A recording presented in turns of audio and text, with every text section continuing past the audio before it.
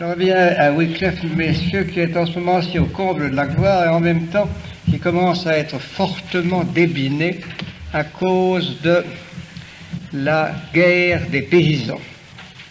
Lui fait un geste à ce moment-là, dont la raison doit être qu'il voulait apparaître comme un réformateur sérieux et qu'il voulait avoir une vie qui fut en conformité avec ses enseignements, c'est-à-dire qu'il quitte le service de la cour.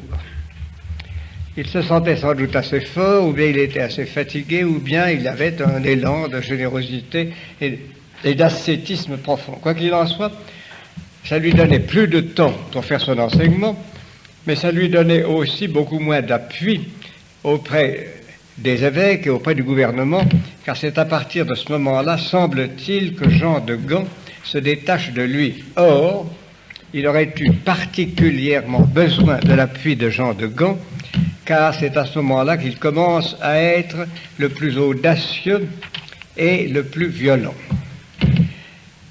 Et donc, il se dépense en sermons et en petits écrits. Quel genre de sermons faisait-il? Il semble avoir fait des sermons qui, même au XIVe siècle, étaient fameux pour leur ennui, car il s'interdisait les figures de rhétorique. Il s'interdisait l'usage des paraboles de la Bible ou des petites historiettes des saints. Il s'interdisait tout sauf les raisonnements théologiques et, comme il avait le débit assez monotone, cela ressemblait à un courant d'eau fraîche. Ainsi, ces sermons n'ont pas beaucoup marqué. Et on le voit à ce fait qu'il n'y a pas en Angleterre un seul manuscrit de ces sermons. Il y en a quelques-uns en Bohême qui ont été recueillis par les sectateurs de Jean Hus, mais il n'y en a pas en Angleterre. Alors, il écrivait des masses de petites brochures pour aider ses serviteurs lollards à pénétrer les masses anglaises et aussi pour exprimer l'aigreur qu'il avait en lui. Quel genre de style avait-il? Il avait un style théologiquement assez clair, mais littérairement assez confus, parce qu'il s'exprimait avec violence, avec aigreur et avec des répétitions constantes. Les gens qui étudient Wycliffe ont de la difficulté, quelquefois, à retrouver dans ces manuscrits et à suivre exactement le raisonnement qui est assez compliqué au point de vue dialectique. Mais, comme il a répété dans ses écrits une centaine de fois, quand ce n'est pas plus, les mêmes idées, on finit par savoir exactement ce qu'il a pensé en cernant et en comparant les différents écrits. Donc, ni comme orateur, ni comme écrivain, ce n'était ni un grand orateur, ni un grand écrivain. Cependant, il avait beau être confus, terne, et se répéter constamment, il y avait en lui une certaine force âcre, amère, un peu comme la mauvaise odeur que laissent certaines bêtes sauvages, et cela était quelque chose qui portait sur certains esprits. Pour vous donner une idée de cela, je vais vous lire une épître, une partie d'une épître et la traduction d'une épître qu'il avait envoyée au Saint-Père, lequel l'avait sommé de se rendre à Rome pour y être discuté et jugé. Alors, il avait donc décidé de répondre au Saint-Père. « Je suis toujours très heureux d'exposer mes idées à qui que ce soit, et par-dessus tout à l'évêque de Rome, car je suis assuré que si ma théorie est orthodoxe, il la confirmera, et que si elle est erronée, il la redressera. Je suis sûr que comme vicaire du Christ sur la terre, l'évêque de Rome est de tous les hommes mortels le plus attaché à la loi de l'évangile du Christ, car parmi les disciples du Christ, la majorité ne dépend pas, comme lui, du monde, ne dépend pas, car parmi les disciples du Christ, ce n'est pas la majorité qui fait la vérité, mais c'est le degré de perfection de ceux qui vivent en chrétien. Il faut donc, sur terre, repousser tout ce qui est luxe, usure, abus des biens de la terre, et il serait donc convenable que le vicaire du Christ quittât toute autorité séculière. Et que je déduis également de ces prémices qu'il faudrait qu'il se donnât comme un simple conseiller en abandonnant le pouvoir temporel aux autorités civiles et qu'il engage tout son clergé à faire de même. Donc vous voyez qu'il était invité à donner à Rome des explications, mais au lieu de ça, il donnait des leçons. Et c'était ainsi que toute sa vie, il a procédé. Wycliffe était donc chez lui, avait donc abandonné la cour, mais il n'est pas resté à Oxford. Il s'est converti, il a quitté les beaux vêtements, il a quitté le luxe, il a vécu en ascète, et en somme, il est devenu à peu près ce que sont ses théories et ce que ses principes l'obligeaient à être. Mais il vivait tout de même dans son très beau prieuré de Lutterworth, où il était tranquille, servi par d'assez nombreux serviteurs, et où il avait un chapelain qui disait pour lui la messe. Mais dans ce calme, il s'est alors livré à ses plus violentes attaques contre toutes les institutions qu'il voulait attaquer. On dirait que la solitude l'avait encore plus stimulé que les discussions publiques. Voici quelques-uns des sujets sur lesquels il s'est répandu. D'abord, il a attaqué la transsubstantiation. Il l'a attaquée, autrefois, il l'avait admise comme un mystère. Mais à partir de ce moment-là, il l'a attaquée, et il l'a attaquée en se servant à la fois de son réalisme philosophique et de son raisonnement logique. D'abord, le pape venait de promulguer une définition plus précise de ce qu'était la transsubstantiation. Et il semble que cela ait irrité Wycliffe, qui écrivit un essai de Eucharistia. Il rejetait la transsubstantiation comme une idée moderne et rationnellement absurde. Ce n'était, disait-il, qu'un symbole. Vous pouvez prendre ces paroles, elles sont textuelles. Symbole sacramentel, spirituel, virtuel. Voilà les adjectifs qu'il employait. Symbole sacramentel, spirituel, virtuel. Et il le comparait à la présence de l'âme dans la présence divine, il la comparait à la présence de l'âme dans le corps. Et en quelque sorte, il se rapprochait de Luther, car il ajoutait aussi que la présence divine dans l'âme tenait surtout à l'attitude et au don de l'âme, qu'une âme pure et croyante recevait la Sainte Eucharistie, alors qu'une âme impure et moins pieuse ne la recevait pas. Voici encore quelques détails sur ce sujet qui est l'un des plus importants, car c'est à partir de ce moment-là que Wycliffe apparaît comme un hérésiarque. Peut-être, comme certains l'accusent, était-il à ce moment-là pris d'une frénésie de grandeur, et de même qu'il disait au Saint-Père très poliment que le Saint-Père n'était autre que l'Antéchrist, de même lui se considérait-il comme le véritable guide de l'Église. Mais il refusait dans la Sainte Eucharistie la présence réelle de notre Seigneur, et il blasphème contre l'Eucharistie. Il disait, primo, l'hostie consacrée n'est pas le signe, elle n'en est que le signe efficace. Il ajoutait, la transsubstantiation, c'est sa cinquième proposition, la transsubstantiation, l'identification et l'impanation ne sont pas fondées dans l'Écriture. Son sixième principe était, il n'est pas conforme aux sentences des saints docteurs, et là nous entrons dans le rationnel, il n'est pas conforme aux sentences des saints docteurs d'affirmer un accident sans sujet dans l'hostie consacrée. Cet ensemble de doctrines, vous le voyez, qui disait qu'il y avait bien dans l'hostie quelque chose de divin, mais que cette chose divine était purement spirituelle, qu'elle se trouvait dans l'hostie que dans la mesure où le fidèle qui la recevait était lui-même un croyant, et un croyant pur. Cette croyance-là a été à peu près celle de Luther. Et je dois vous le dire, avec regret, avec chagrin, elle est celle, hélas, de beaucoup de prêtres catholiques contemporains.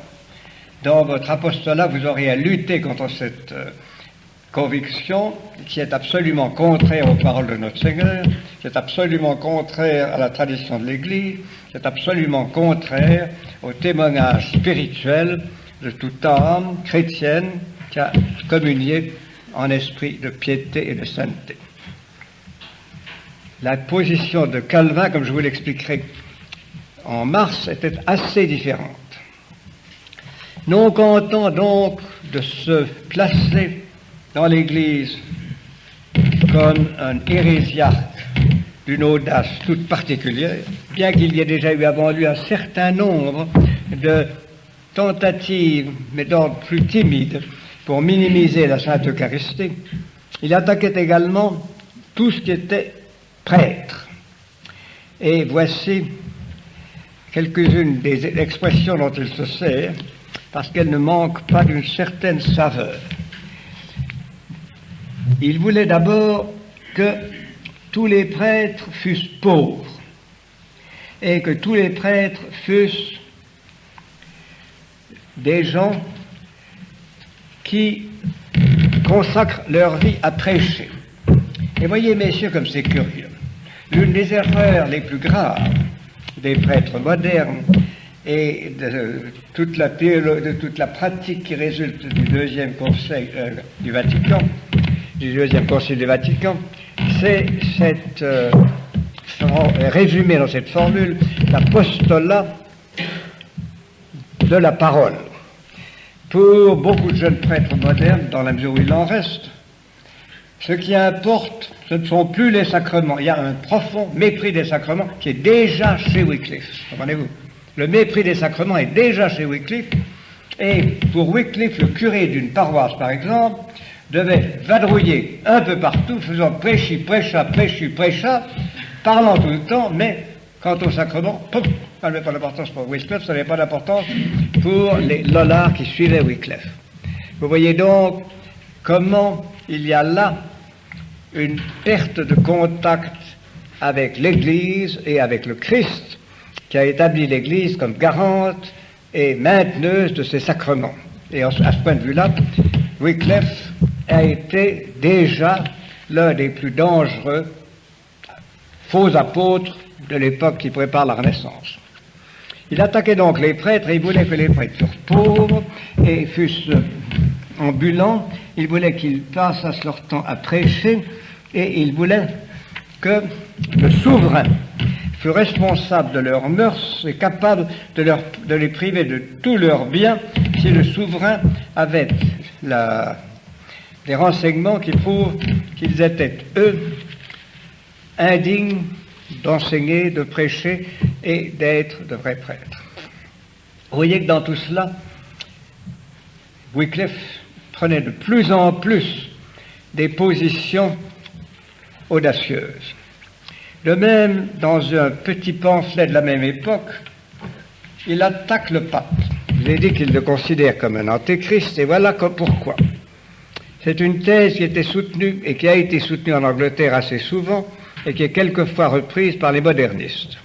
Contrairement aux évangiles, contrairement à tout ce que témoigne l'histoire de l'Église et les actes des apôtres, ils ne reconnaissent pas que l'institution du pape, remplaçant du Christ, remonte à l'Évangile. Ils disent que c'est une institution qui date de l'époque de Constantin, que Constantin, à cette époque-là, étant un empereur absolu, a voulu à la tête de l'Église un chef absolu et qu'il a donc fait nommer un pape. La chose est fausse. Vous célébrerez souvent la messe pour des papes martyrs qui ont été martyrs bien avant Constantin. La chose est un mensonge, mais quand on a commencé à mentir, vous n'avez qu'à regarder toutes les folies, vous ne les voyez pas, Dieu merci pour vous, moi je les vois, qu'on voit dans les journaux progressistes. Une fois qu'on a un peu menti, peu importe de mentir beaucoup, on ment. Et Wycliffe était spécialement expert dans cette œuvre, étant donné qu'il était un théologien, et que quand un théologien commence à dérailler, il est capable d'aller beaucoup plus loin qu'un simple laïc qui manque d'imagination et de technique. Ainsi, il se lançait donc dans une grande bataille contre le pape. Et vous voyez pourquoi, messieurs, je vous ai expliqué l'histoire de Jean sans Terre, que vous avez peut-être oublié, l'histoire de 1213. Car ce que l'on trouve dans Wycliffe, c'est la réaction violente contre la présence qu'il jugeait trop lourde du pape en Angleterre, contre la mainmise du pape en Angleterre et contre les concessions que Jean sans Terre et les autres Plantagenets lui avaient fait. Donc ces attaques étaient quelque chose à la fois de personnel, mais aussi représentaient une attitude anglaise. Ça représentait une attitude insulaire. C'était le sentiment d'insulaire qui ne voulait pas être envahi ou être dominé chez eux par des agents du continent et des agents de l'étranger.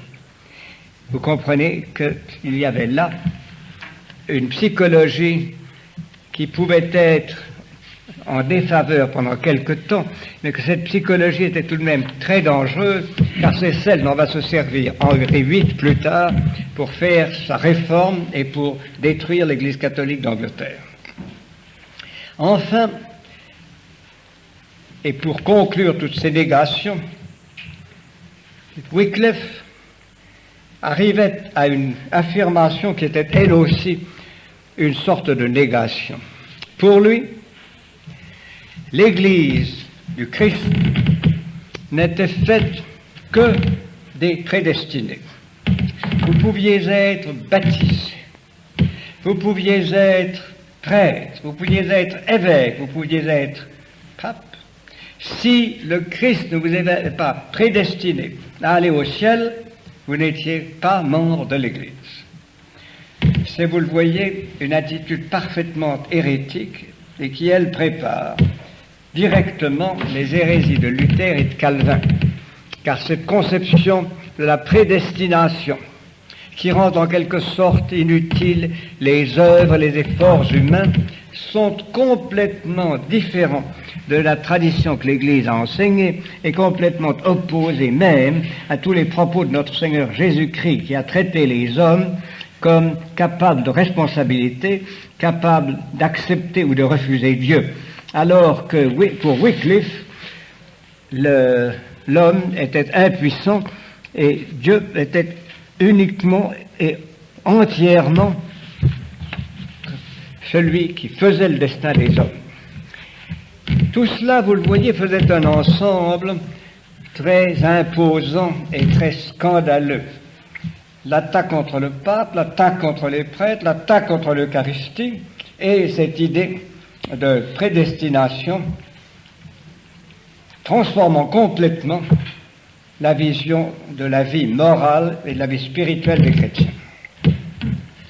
Tout cela était passablement violent, mais ce qui au fond a fait le plus grand scandale, c'est une autre attaque qui a été très violente, mais qui pour nous est moins importante que toutes celles-là.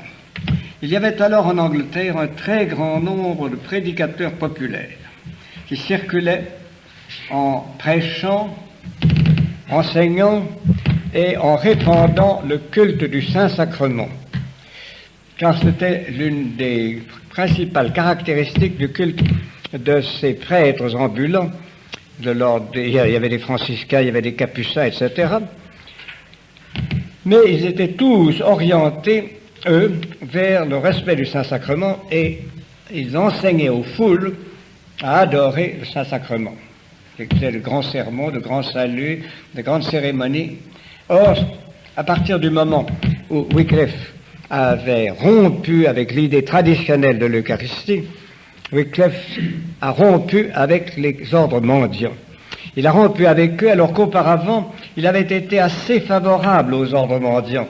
Il les préférait aux prêtres, il les préférait aux curés stables, et il les opposait souvent dans ses sermons. Donc jusqu'alors, les prêtres mendiants l'avaient assez bien vu. Mais quand il a commencé à les insulter sur un ton qui était outrageant, ils ont répandu, et dans toute l'Angleterre, ils ont commencé à faire une propagande contre lui, propagande qui était d'autant plus violente que lui était dans son trou, dans son coin, ne pouvait pas répondre, et que les évêques anglais en avaient assez de lui, et que même Jean de Gand, le duc de Lancastre, avait cessé de le soutenir.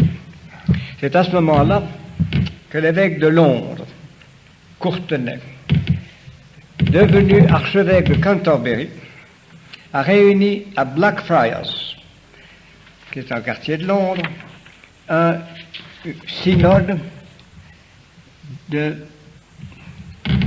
prêtres et de théologiens, de prêtres, d'évêques et d'archevêques, et lui-même, pour juger la doctrine de Wycliffe et pour juger aussi ses fidèles. Cette réunion était une réunion très imposante, le 17 mai 1382. 9 évêques, 16 docteurs en théologie, dont 8 mendiants, 11 docteurs en droit canon, 7 bacheliers en théologie, dont 6 mendiants, 2 bacheliers en droit canon. Vous voyez qu'il y avait là tout un ensemble de gens qui étaient renseignés, qui étaient instruits et qui pouvaient étudier la doctrine de Wycliffe avec soin. Le synode a résumé la doctrine de Wycliffe en 24 conclusions qui ont été déclarées hérétiques et erronées. Le travail a été fait avec soin et semble avoir été fait sans passion. Les choses étaient exactes. Les membres du synode avaient puisé dans les innombrables ouvrages de Wycliffe qu'ils possédaient, et donc c'était une condamnation extrêmement impressionnante.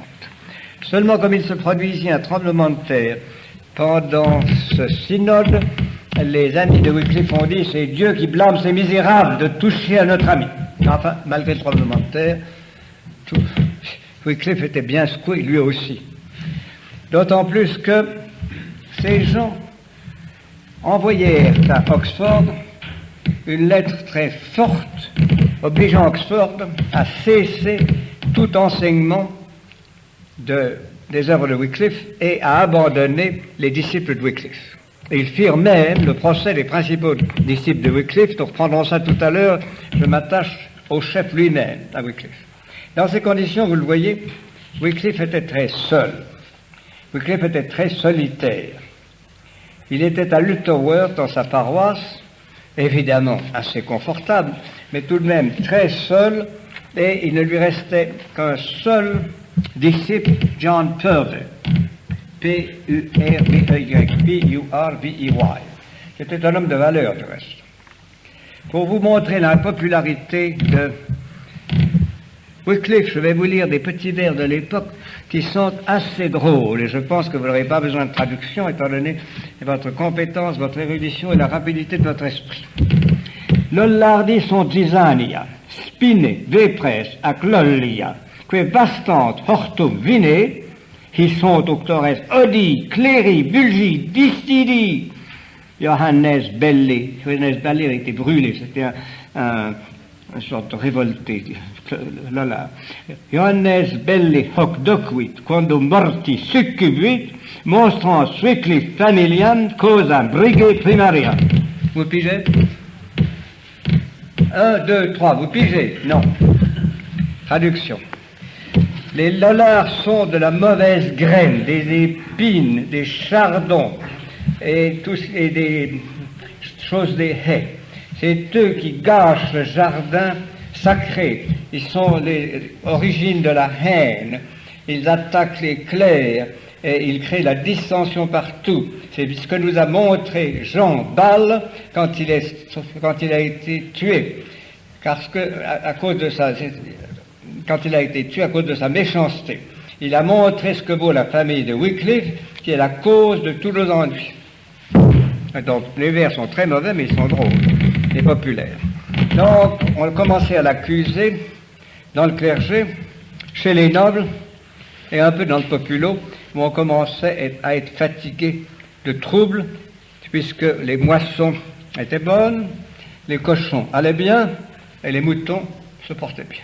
Par conséquent, le populo était content et aurait envie de la paix et n'avait pas envie de Wycliffe qui était tout doucement en train de mourir dans son presbytère.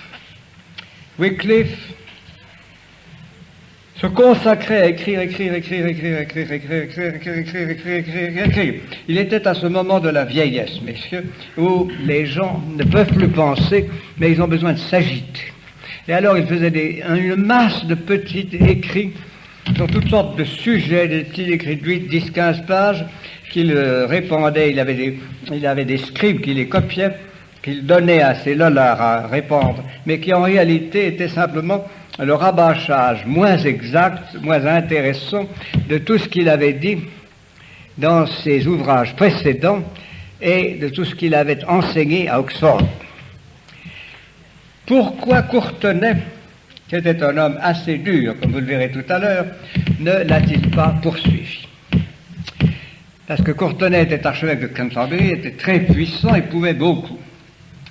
Mais il semble, et vous verrez cela arrive, que Courtenay fut un archevêque plein de bon sens et plein d'une certaine humanité, et que devant la décadence physiologique de Wycliffe, qui avait eu déjà une attaque, qui venait d'avoir une attaque, et qui était mal portant, devant son discrédit montant, Courtenay ne voulait pas accabler ce vieillard qu'il risquait de rendre plus populaire s'il avait été le pourchasser jusque chez lui.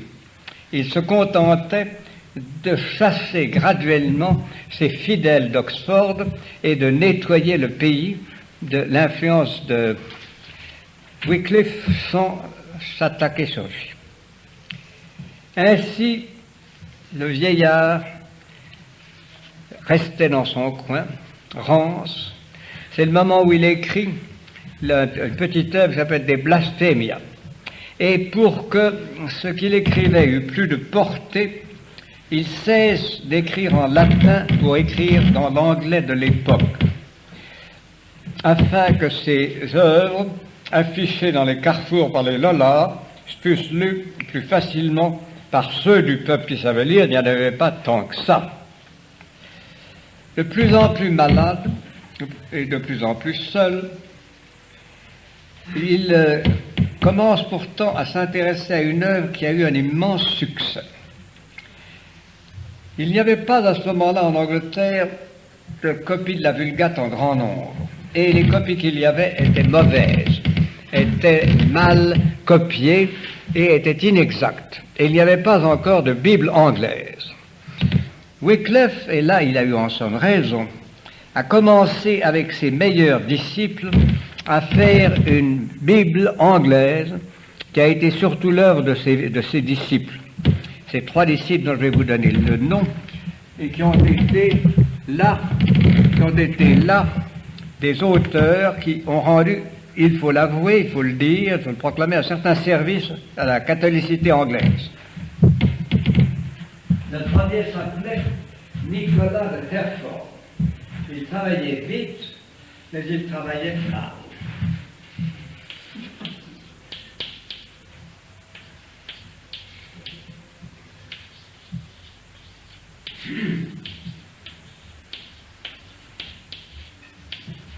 Le second s'appelait George Hall. C'était un homme intelligent et il travaillait avec soin. Et le troisième s'appelait John Turvey. Et c'était un homme très intelligent qui travaillait très bien et qui était fidèle, il faut dire. Il n'a jamais lâché. Il n'a jamais lâché Wycliffe, juste même après la mort de Wycliffe, il est devenu le chef chef des Lollards. Nicolas de Hereford a traduit la première partie de la Bible et s'est arrêté à Baruch.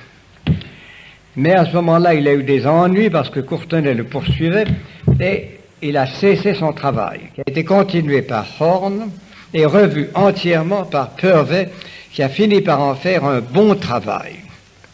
À cette époque-là, le populo anglais ne parlait plus du tout français. À la cour même, après 1400, l'anglais devient à la mode et remplace le français qui était d'usage courant au début du XIVe siècle, dans toutes les classes et toujours à la cour. C'est fini. Maintenant, le peuple parle entièrement anglais, le moyen anglais, et même la cour se met à parler anglais. Donc cette Bible a un très grand succès.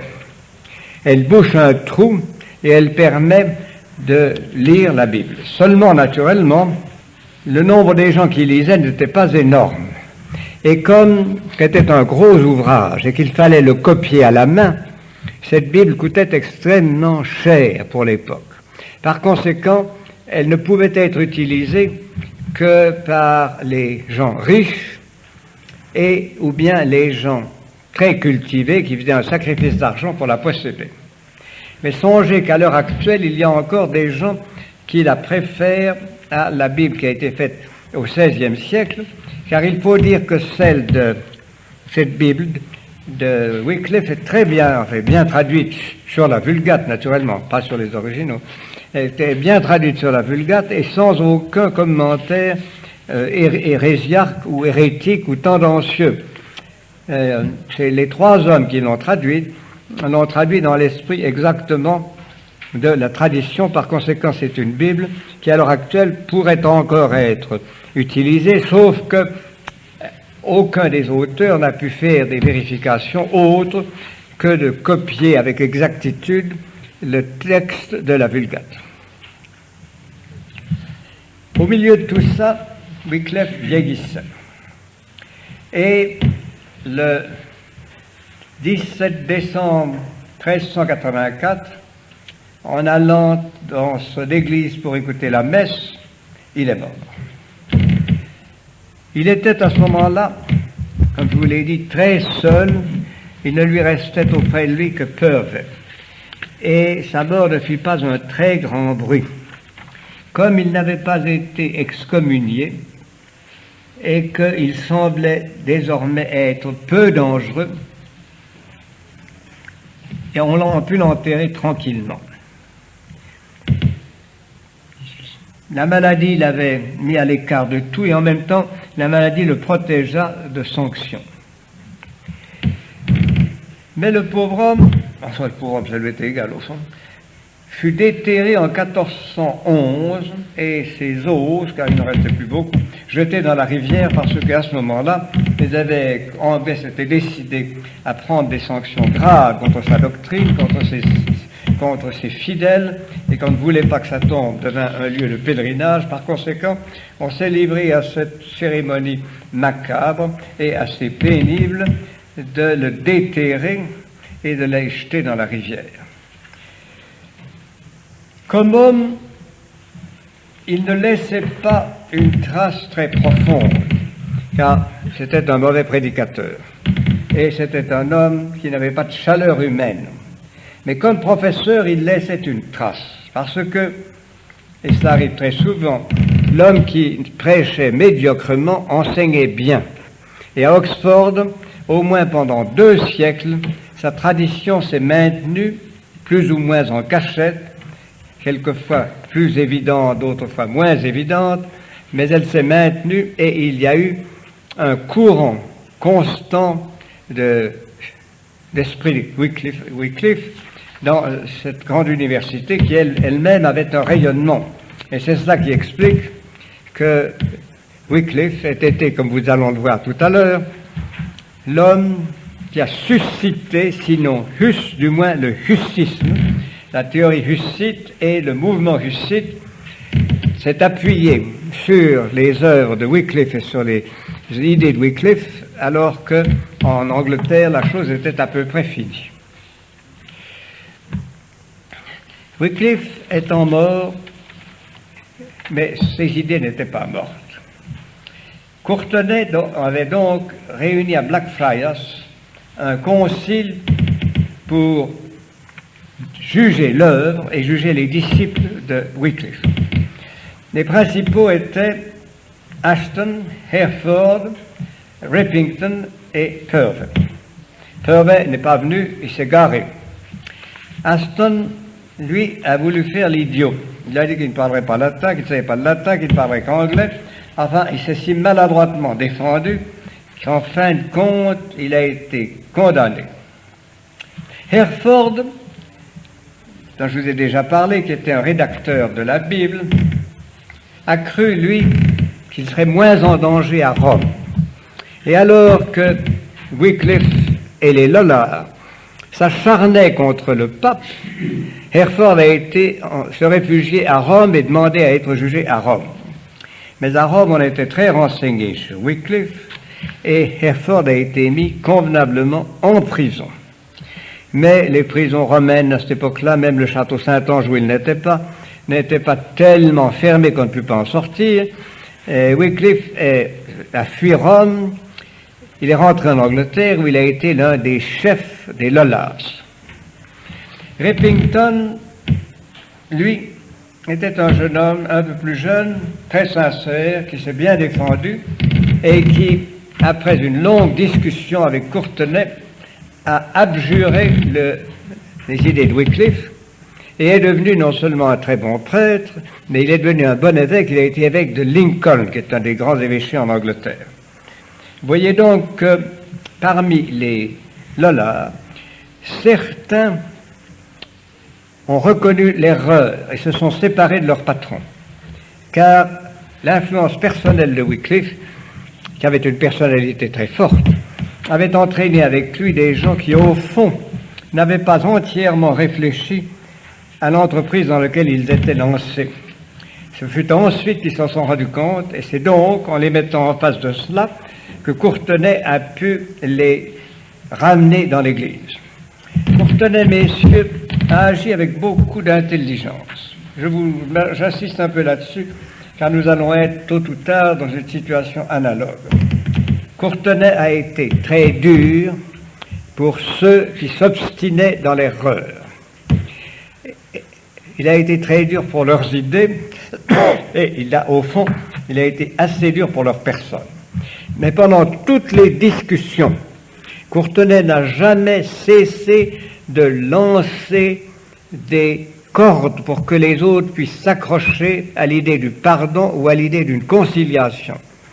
Dans les discussions que l'on a entre prêtres, dans les discussions qu'on a entre fidèles, c'est une des choses les plus indispensables de ne point faire comme les laïcs qui, plus ils discutent, plus ils s'outragent et se séparent les uns des autres, mais de tâcher au cours de la discussion de créer une relation humaine et spirituelle qui, même dans l'opposition des idées, puisse en fin de compte arriver à rapprocher des âmes qui sont trop tentées de se séparer pour des motifs humains.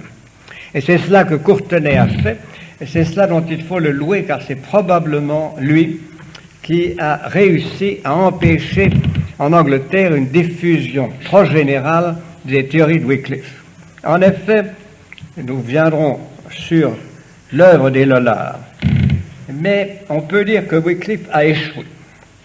Quand on compare la réussite pitoyable de Wycliffe avec celle des théologiens hérétiques de Henri VIII, on est étonné de voir la différence.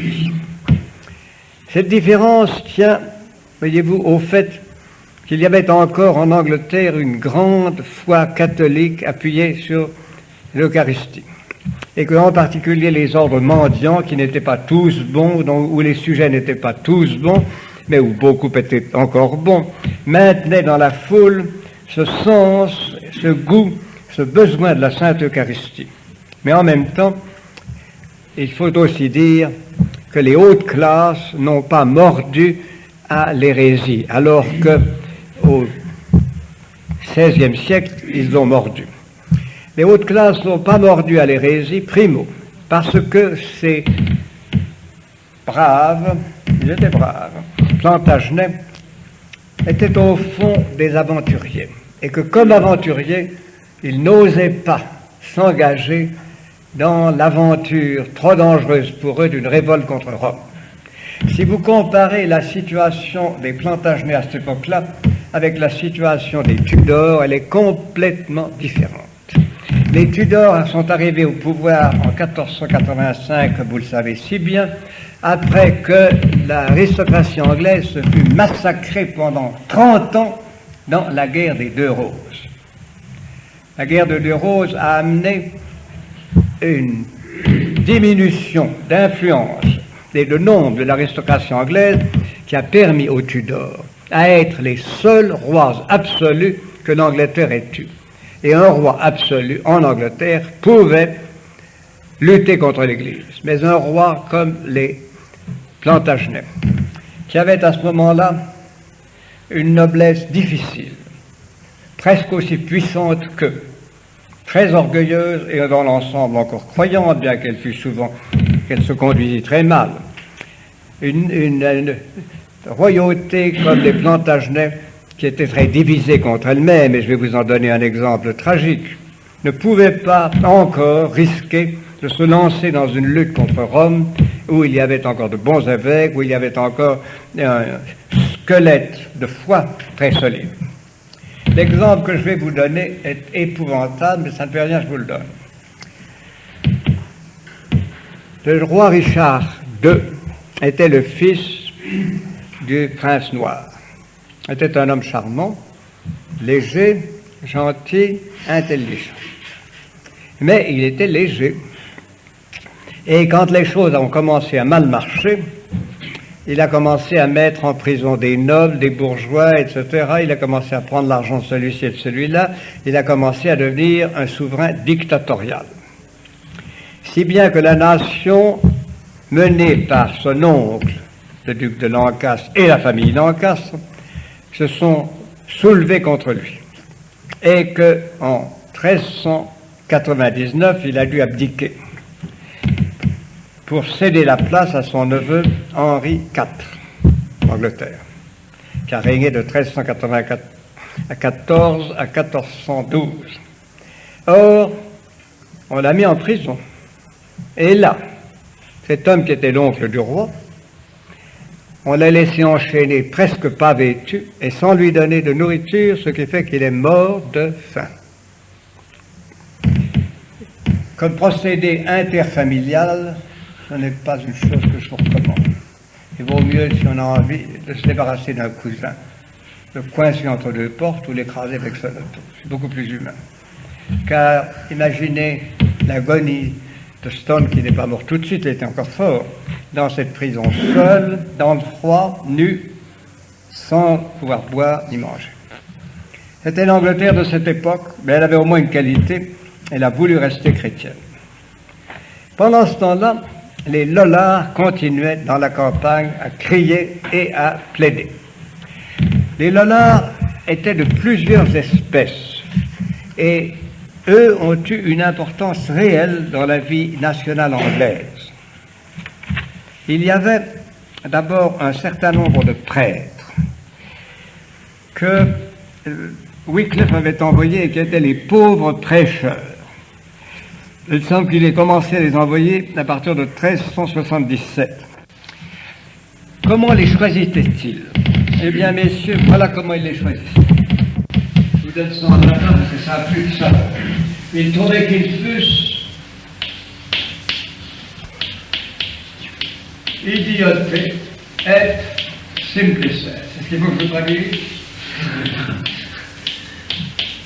De façon à être plus près du peuple et à enseigner plus simplement ce que lui avait pensé, voulu, etc. Donc vous le voyez, il voulait que ces prêtres se misent au ras du sol. Il voulait que de droite à gauche, ils allassent dans les villages, dans les carrefours, et ils fussent véritablement des tribuns populaires. Naturellement, alors, en dessous d'eux, il y avait une sorte de masse qui fermentait et où les femmes étaient les plus excitées. Tout ce monde-là était vêtu de robes rousses, pieds nus, allait à droite et à gauche, prêchait. C'était la partie populaire, et cette partie populaire était assez nombreuse et était combattue naturellement par les ordres mendiants, mais elle savait se combattre aussi. Ça dépendait des régions. Certaines régions étaient plus lollards, d'autres étaient restées plus pieuses, mais il y eut tout de même, il faut le dire, un assez grand nombre de gens du peuple qui furent impressionnés par cette prédication, sur laquelle nous reviendrons. Il y avait deux autres sortes de lollards. Il y avait le lollard parlementaire. Les membres du Parlement qui avaient à trouver de l'argent avaient lu avec intérêt les œuvres de Wycliffe. Quiconque a à faire un budget, messieurs, est toujours content de trouver des suggestions. Et les suggestions de Wycliffe qui leur disaient que le mieux était de prendre dans la poche des prêtres et des évêques leur paraissaient extrêmement judicieuses à beaucoup de membres du Parlement anglais. C'est pour ça que au Parlement, les théories de Wycliffe ont souvent été reprises sous une forme ou sous une autre, mais enfin avec cet esprit de nationalisme anti-romain qui grandissait en Angleterre et qui a permis le succès de Henri VIII, elles étaient reprises et donc il y avait là, Wycliffe avait donné une arme très dangereuse à certains nobles et à certains commoners anti-romains. Mais aussi il avait donné une arme à beaucoup de jeunes gens d'Oxford. L'université d'Oxford avait été purgée. Le chancelier Rigel lui-même, R-I-G-G-E, avait dû renoncer au Wycliffe. Il n'était pas tellement chaud. Et un autre qui s'appelait William Balliol, B-E-L-L-I-O-L, B-E-L-L-I-O-L, avait lui alors pris des sanctions et il avait cherché à chasser les professeurs et les maîtres et les surveillants et les étudiants les plus excités qui continuaient la théorie de Wycliffe. Mais ceci n'avait pas donné un résultat complet, car vous savez que dans les universités, il y a beaucoup de moyens de se cacher, il y a beaucoup de moyens de dissimuler, il y a des trucs, il y a des mensonges, et il y a même quelquefois des vérités doubles. Par conséquent, Oxford était resté un endroit où rôdait encore la doctrine de Wycliffe et où elle exerçait encore une influence extrêmement tangible pendant toute cette période-là. Mais Courtenay était assez vigoureux et il était assez puissant à partir de ce moment-là pour agir, et il a agi. Il a agi en organisant la chasse aux lollards. Il a réussi à obtenir du Parlement que l'on vote une loi. À ce moment-là, l'Angleterre n'avait pas l'Inquisition. Que l'on vote une loi donnant aux évêques, aux archevêques et aux évêques, le droit de pourchasser et d'emprisonner les lollards qui devaient être jugés par des juges civils. Puis, il a demandé aux prêtres de faire un examen très complet de la population de leur paroisse.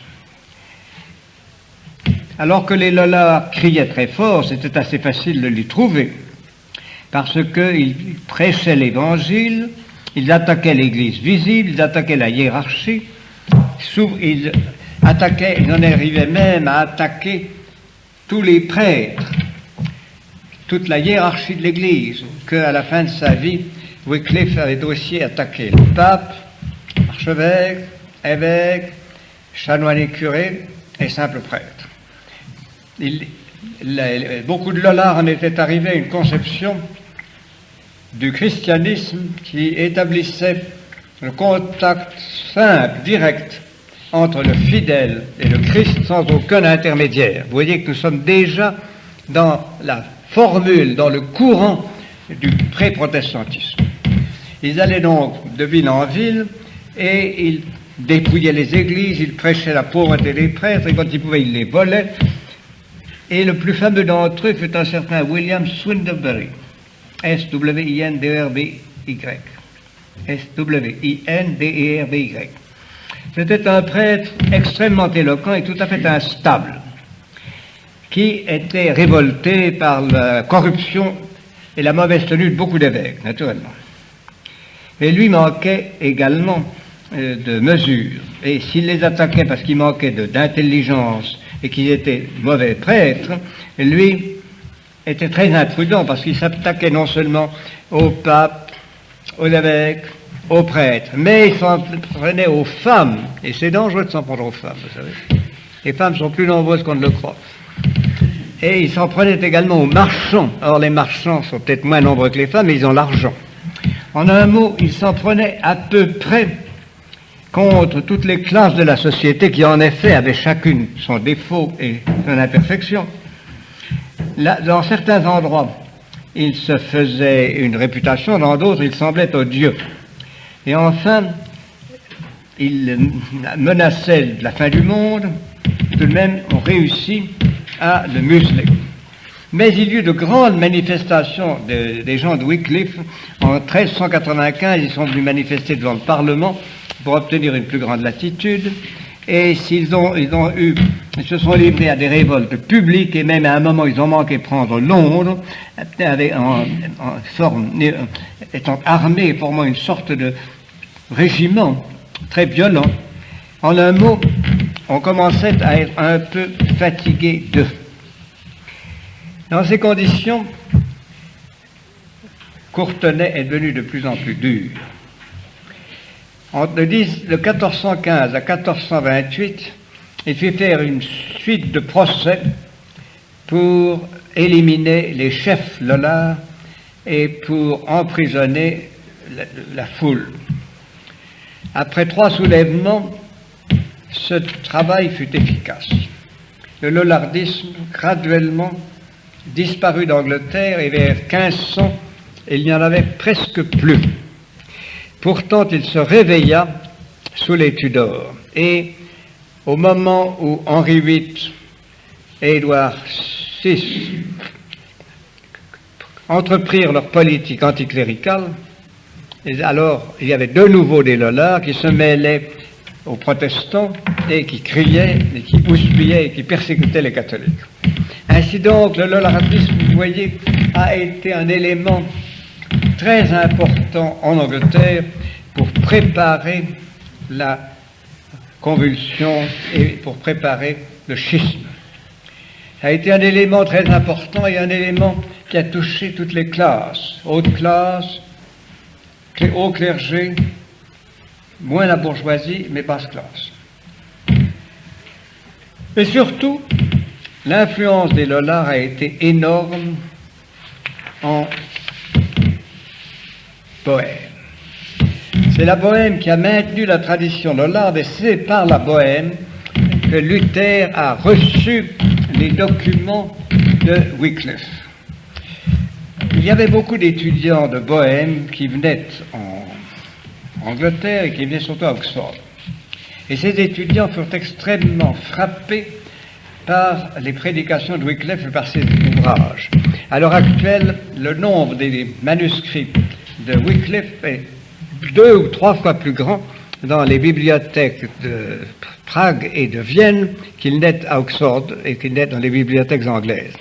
C'est vous dire que ces gens rentrant chez eux emportaient tous les manuscrits qu'ils pouvaient trouver de Wycliffe. Comme les Tchèques, à cette époque-là, ou Bohémiens, étaient déjà en guerre, et en guerre violente, contre les Allemands et le clergé allemand qu'on leur avait imposé. Ils se livraient aussi à une bataille analogue à celle de Wycliffe contre tous les évêques allemands qui étaient riches, qui étaient le haut du pavé, et ils se livraient à une bataille contre les chanoines allemands, contre les curés allemands, et ils réclamaient un clergé pauvre, un clergé humble, un clergé beaucoup plus près d'eux et qui fut bohémien ou tchèque si vous voulez. Huss n'avait pas, il faut le dire, accepté toutes les idées de Wycliffe. Huss était au début beaucoup plus modéré en ce sens qu'il croyait à l'Eucharistie, il respectait l'Eucharistie, et qu'il n'admettait pas l'idée de prédestination comme Wycliffe. Ainsi, il avait repris les thèses anticléricales de Wycliffe et il n'avait pas repris ses hérésies. Mais après lui, l'Église hussite a été beaucoup plus loin que lui, et l'Église hussite a réussi à s'imposer en Bohême. Elle a réussi à prendre une place telle que malgré les empereurs Habsbourg, malgré la guerre de 30 ans, à l'heure actuelle, elle survit et elle représente, elle intègre encore la majorité des thèses de Wycliffe et elle continue à faire la guerre au catholicisme, bien que elle commence à être lasse des Russes. C'est un des drames sombres de la Bohême d'aujourd'hui. Les Russes ont persécuté les catholiques infiniment plus, puisque même Béran, qui était un évêque assez progressiste, ils l'ont mis en prison, ils l'ont persécuté, mais ils ont persécuté les catholiques, et ils persécutent les catholiques à tel point en Bohême qu'il n'y a plus guère de culte catholique que dans les forêts. Seulement les hussites avaient gardé une certaine liberté. Mais avec le soulèvement des dernières années, les Russes s'en sont pris aussi aux hussites qui sont aussi persécutés. Ce qui fait une sorte de rapprochement, sauf dans les cas où les hussites continuent à trahir le christianisme pour se rapprocher des Russes et à faire des marchandages malpropres. Ainsi, le mauvais caractère de Wycliffe se prolonge chez tous ses successeurs.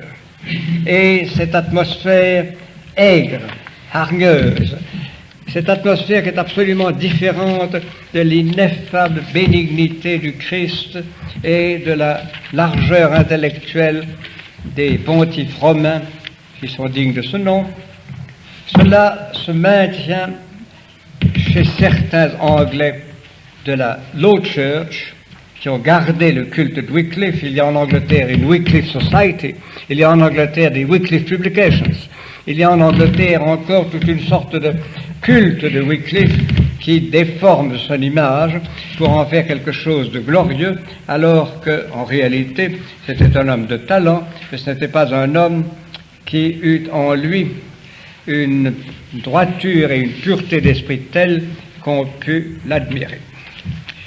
Vous voyez maintenant, messieurs, en quoi Wycliffe a été important. C'était un savant qui avançait des thèses audacieuses en y mettant des formes intellectuellement assez adroites. C'était en même temps un homme qui avait le sens des courants populaires anglais. Ce sont ses deux grandes qualités.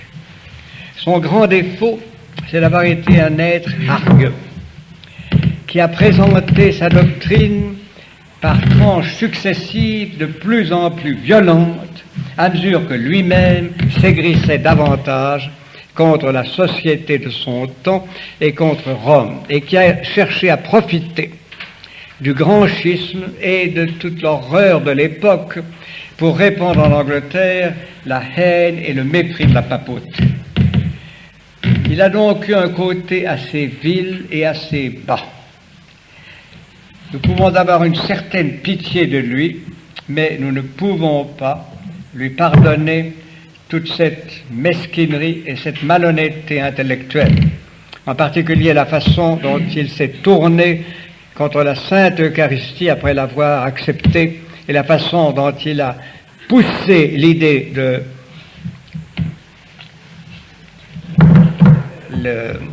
ses idées principales alors qu'elles étaient modérées et encore acceptables au début de sa vie.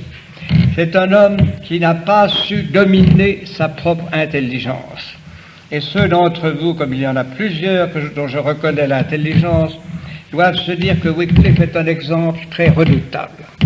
Il faut non seulement dominer nos passions, vous le savez déjà, mais il faut dominer notre intelligence. On peut lui permettre quelques petites galipettes de ci, de là, dans l'ordre de l'ironie, mais dans l'ordre des travaux profonds, il faut la tenir entre ses mains et toujours prendre garde qu'il ne se mêle pas dans le travail de l'intelligence un ferment d'orgueil et d'amertume.